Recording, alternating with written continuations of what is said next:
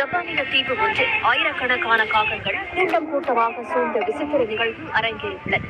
கியோட்டோவிற்கு அருகில் உள்ள ஹோன்ஷுவில் கட்டிடங்கள், வாகனங்கள் என எங்கு பார்த்தாலும் காகங்கள் சூழ்ந்திருப்பதைக் கண்டு மக்கள் அதிர்ச்சியடைந்தனர். இந்நிகழ்வின் பின்னணியில்